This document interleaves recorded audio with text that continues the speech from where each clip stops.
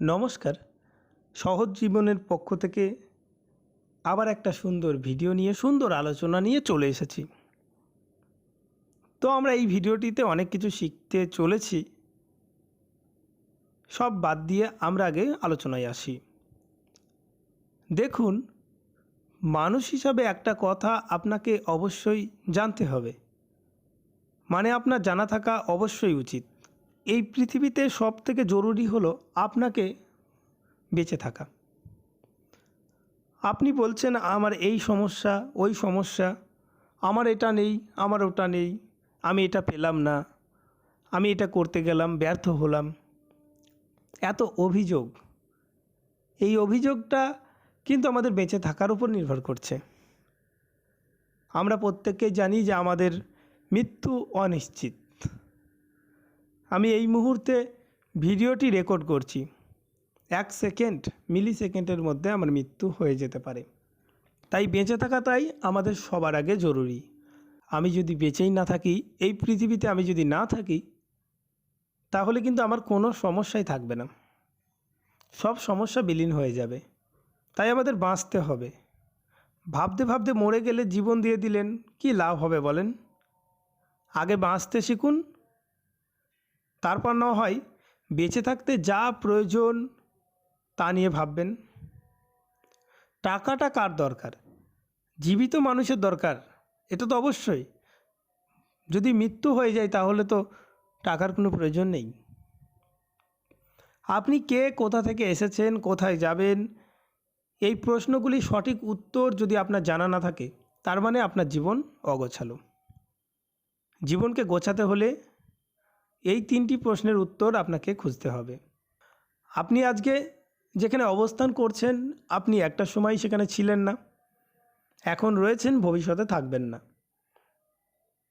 অতএব আপনার যে জিনিসগুলো আপনি অর্জন করেছেন, কিছুই নিয়ে আসেননি, সব এই পৃথিবীতেই ছিল এবং সেই জিনিসগুলো অন্য আরেকজনের ছিল, এখন বর্তমানে আপনার কাছে রয়েছে। আগামী দিনে ভবিষ্যতে সেই জিনিসটা আবার অন্যজনের কাছে চলে যাবে। অতএব আমার করে মরে গিয়ে লাভ নেই। আমাদেরকে শান্তিতে বাঁচতে হবে, সুখে থাকতে হবে, এটাই হচ্ছে মূল লক্ষ্য। আমরা সামান্য কিছু অর্থের জন্য, ক্ষমতার বলে মানুষকে অনেক কষ্ট দিই, মানুষকে হত্যা পর্যন্ত করে ফেলছে সামান্য কিছু অর্থের জন্য। সেই মানুষটাই মারা যাচ্ছে, কিছুই নিয়ে যেতে পারছে না। সে যে ক্ষতিটা করেছে, সে যে পাপটা করলো, সেই পাপটা কিন্তু তার কাছেই থেকে গেল। এই পৃথিবীতে আমরা এসেছি সময়ের তাগিদে। একটা সময় আমরা ছিলাম শিশু, নিজে চলতে পারতাম না, অন্যজনের কোলে, অন্যজনের সাহারায় বেঁচে থাকতাম। অন্যজন খাইয়ে দিলে খেতাম, না খাইয়ে দিলে নিজে খাওয়ার ক্ষমতা ছিল না। একটা সময় পেরিয়ে আমরা কৈশোরে পা দিলাম, খেলাধুলোর বন্ধু সাথী হলো, তারপরে আবার যৌবন আসলো। যৌবনের বলে অনেকজনকে অনেক কিছু বললাম, অনেক কিছু ক্ষতি করে দিলাম, অনেকজনকে আঘাত করলাম। ক্ষমতার বলে, অর্থের বলে মানুষকে মানুষ বলে মনে করলাম না, মানুষকে অমানুষের মতো দূরছেই করলাম, মানুষের সঙ্গে অমানুষের মতো ব্যবহার করলাম। কারণ আমার এখন ক্ষমতা আছে, আমার এখন অর্থ আছে, আমার এখন যৌবন। একটা সময় পর যৌবন পেরিয়ে বার্ধক্য আসলো, চামড়া কুঁচকে আসলো, টাকা পয়সার কোনো আর প্রয়োজন নেই, বন্ধু বান্ধবও দূরে চলে গেছে, ক্ষমতা শরীরে আর নেই, রক্ত শীতল হয়ে গেছে। আবার একটা সময় পেরিয়ে যখন অতি বার্ধক্য, জীবনের শেষ পর্যায়ে, আবার নিজের কোনো ক্ষমতা নেই, নিজের পায়ে দাঁড়াতে পারি না, নিজে খেতে পারি না, কেউ খাইয়ে দিলে খাই, কেউ সাহারা দিলে হাঁটি, না হলে বিছানায় পড়ে থাকি। আবার সেই প্রথম অবস্থায় ফিরে আসা, এটাই তো আমাদের জীবনচক্র। এর থেকে আর কি আছে বলুন? নেপোলিয়নের নাম আমরা সকলেই শুনেছি। তিনি কিন্তু সারা বিশ্বের প্রায় অনেক অংশ জয় করে ফেলেছিলেন। তাই নেপোলিয়ন যখন মারা যাবে, তার কাছে কিন্তু সব কিছুই ছিল, ডাক্তার ছিল, চাকর বাকর, দাস দাসী, সব কিছু ছিল, কিন্তু তিনি বাঁচবেন না তিনি বুঝতে পেরেছেন। এই মহাপুরুষদের এটাই একটা বড় লক্ষণ, তারা কিন্তু আগে থেকেই বুঝতে পারে। এবার তিনি সকলকে ডাকলেন, তার ডাক্তার, দাস দাসী, কবিরাজ, সকলকে ডাকলেন, সেনাপতি, সকলকে ডাকলেন এবং বললেন, দেখো আমি মারা যাব, তোমরা কেউ আমাকে বাঁচাতে পারবে না, আমি মারা যাব, কিন্তু আমার একটা শেষ আশা আছে। আমি যখন মারা যাব তখন আমার যে কফিনটাকে বহন করে নিয়ে যাবে, সেটা নিয়ে যাবে আমার সেনাপতি, আমার ডাক্তার, আমার মন্ত্রী, সবাই মিলে। এবং যখন নিয়ে যাবে তখন আমার হাত দুটো বাইরে বার করে দেবে এবং আমার পিছনে যত দূর আমি যাব ততদূর সোনা দানা জহরত সব কিছু ছড়াতে ছড়াতে যাবে। তখন মন্ত্রী, ভালো সম্পর্ক ছিল নেপোলিয়নের সঙ্গে, তা নেপোলিয়নকে প্রশ্ন করলো, মহারাজ কেন এরকম আপনার ইচ্ছা হলো, একটু বললে খুশি হতাম। তখন নেপোলিয়ন বলে, দেখো তুমি মন্ত্রী আমার কাছে আছো, ডাক্তার আছে, কবিরাজ আছে, সব কিছু আমার আছে, আমার এই পৃথিবীতে কিচ্ছু অভাব নেই, তা সত্ত্বেও কি আমি এই পৃথিবীতে থাকতে পারছি? থাকতে পারছি না। সময়ের তাগিদে আমাকে চলে যেতেই হবে, মৃত্যু আমাকে গ্রাস করবে, কারণ মৃত্যুর হাত থেকে কেউ বাঁচতে পারবে না।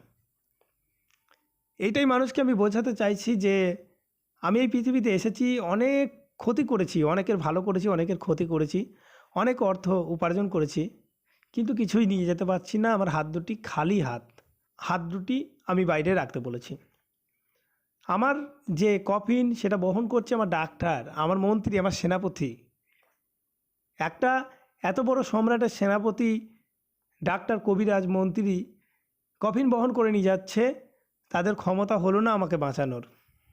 তাহলে আমি মানুষকে এটাই মেসেজ দিতে চাই, আমি মানুষকে এটাই বোঝাতে চাই যে তোমার যত ক্ষমতা থাকুক না কেন, যত অর্থ থাকুক না কেন, আর তুমি যত যাই কিছু করো না কেন, তুমি এই পৃথিবীতে এসেছো মানে তোমাকে এই পৃথিবী থেকে যেতেই হবে। তুমি কখনোই থাকতে পারবে না এই পৃথিবীতে, চিরকাল অমর হয়ে থাকা কখনোই সম্ভব নয়। একটা মানুষের যদি মৃত্যুর ভয় থাকে, সে যদি মৃত্যুকে ভয় করে যে আমার মৃত্যু আসবে, আমি একদিন মারা যাব, তাহলে সেই মানুষটা কখনোই ভুল করতে পারে না, কখনোই না। তাই এই পৃথিবীতে যতদিন থাকবেন হাসি খুশি থাকুন, আনন্দে থাকুন। একটু বসে জীবনের গুরুত্বপূর্ণ মানুষগুলোকে খুঁজুন যে কে আপনাকে সবচেয়ে বেশি ভালোবাসে। আজকে যদি আপনি হঠাৎ করে না থাকেন, এই পৃথিবী থেকে চলে যান, তাহলে কাদের ক্ষতি হবে? কারা আপনাকে ছাড়া চলতেই পারবে না?